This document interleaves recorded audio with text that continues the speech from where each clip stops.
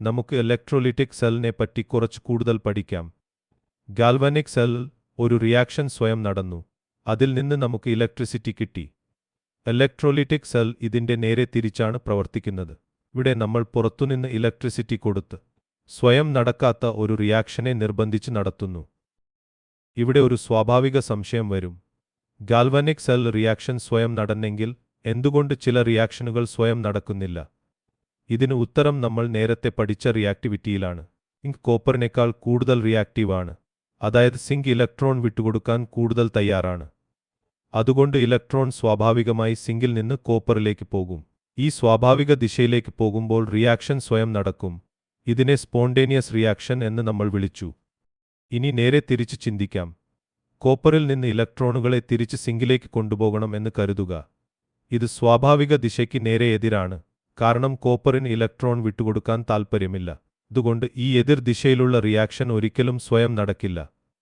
ഇങ്ങനെ സ്വയം നടക്കാത്ത ഒരു റിയാക്ഷനെ നോൺ സ്പോണ്ടേനിയസ് റിയാക്ഷൻ എന്ന് വിളിക്കുന്നു. ഒരു ഉദാഹരണം നോക്കാം. വെള്ളം താനേ താഴേക്ക് ഒഴുകും. പക്ഷേ അതിനെ മുകളിലേക്ക് കയറ്റണമെങ്കിൽ ഒരു പമ്പ് വേണം. ഇതുപോലെ എതിർ ദിശയിലേക്ക് ഇലക്ട്രോണുകളെ കയറ്റാൻ നമുക്ക് ഒരു പമ്പ് വേണം. ആ പമ്പാണ് പുറത്തെ ബാറ്ററി. സ്വയം നടക്കാത്ത ഒരു റിയാക്ഷനെ ഇങ്ങനെ ബാറ്ററി കൊണ്ട് നിർബന്ധിച്ച് നടത്തുന്നതാണ് ഇലക്ട്രോലിറ്റിക് സെൽ. ഇത് നന്നായി മനസ്സിലാക്കാൻ നമ്മുടെ പഴയ ഡാനിയൽ സെൽ തന്നെ എടുക്കാം. അതിന്റെ പുഷ് ഏകദേശം 1.1 വോൾട്ട് ആയിരുന്നു. ഇനി ഈ സെല്ലിന് നേരെ എതിർ ദിശയിൽ പുറത്തുനിന്ന് ഒരു ബാറ്ററി ഘടിപ്പിക്കാം. പുറത്തെ ബാറ്ററിയുടെ വോൾട്ട് മാറ്റി നോക്കിയാൽ 3 വ്യത്യസ്ത കാര്യങ്ങൾ സംഭവിക്കും. ആദ്യം, പുറത്തെ ബാറ്ററിയുടെ വോൾട്ട് 1.1നേക്കാൾ കുറവാണെങ്കിൽ സെല്ലിന്റെ സ്വന്തം പുഷ് ജയിക്കും. അപ്പോൾ സെൽ പഴയതുപോലെ തന്നെ പ്രവർത്തിക്കും. അതായത് ഗാൽവാനിക് ആയി ഇലക്ട്രിസിറ്റി ഉണ്ടാക്കും.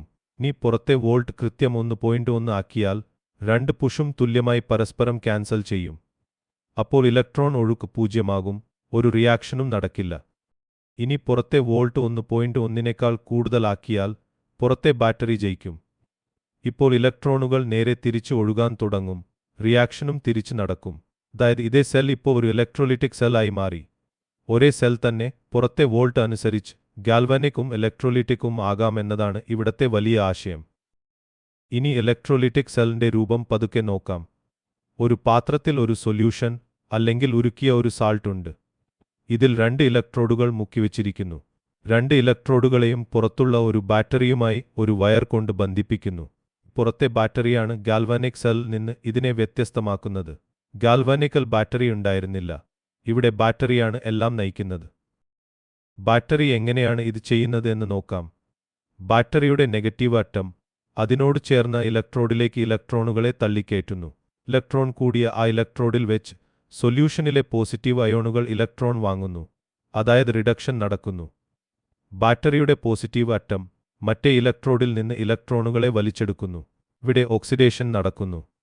പേരുകളിടാം. ഓക്സിഡേഷൻ നടക്കുന്ന ഇലക്ട്രോഡ് ആനോഡ്, റിഡക്ഷൻ നടക്കുന്നത് കാഥോഡ്. ഇത് ഗാൽവാനിക്കിലെ അതേ നിയമമാണ്. പക്ഷേ ഒരു വലിയ വ്യത്യാസമുണ്ട്.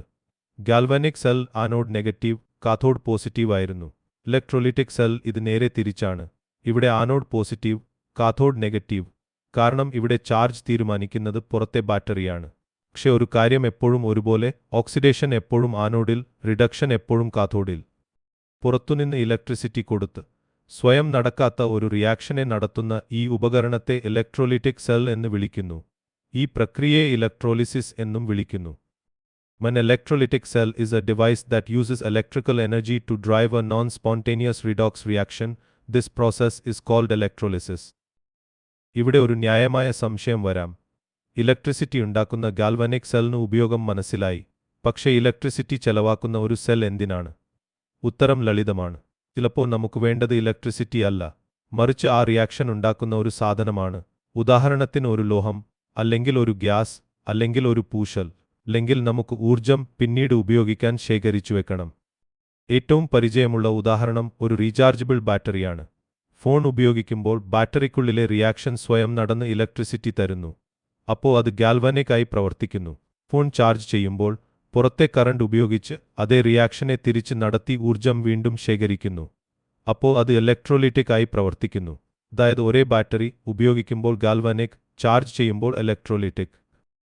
ഇനി കുറച്ച് ഉദാഹരണങ്ങൾ നോക്കാം. ഒന്നാമത്തേത് വെള്ളത്തിന്റെ ഇലക്ട്രോലിസിസ് ആണ്. വെള്ളത്തിലൂടെ കറന്റ് കടത്തിവിട്ടാൽ വെള്ളം പിളർന്ന് രണ്ട് ഗ്യാസുകൾ ഉണ്ടാകുന്നു.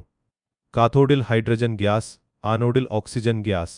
സാധാരണ ഗതിയിൽ വെള്ളം സ്വയം ഇങ്ങനെ പിളരില്ല.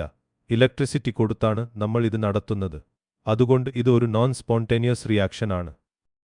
രണ്ടാമത്തെ ഉദാഹരണം ഇലക്ട്രോപ്ലേറ്റിംഗ് ആണ്. ഒരു സാധാരണ ലോഹവസ്തുവിന് മുകളിൽ സിൽവറോ ഗോൾഡോ നേർത്ത പാളിയായി പൂശുന്നതാണ് ഇത്.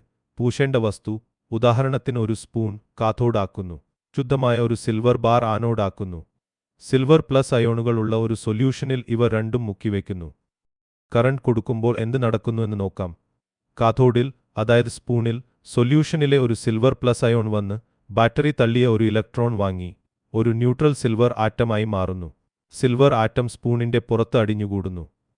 ഇങ്ങനെ ഓരോ ആറ്റവും അടിഞ്ഞ് സ്പൂണിന് മുകളിൽ നേർത്ത സിൽവർ പാളി ഉണ്ടാകുന്നു. ഇവിടെ ഒരു സംശയം വരാം.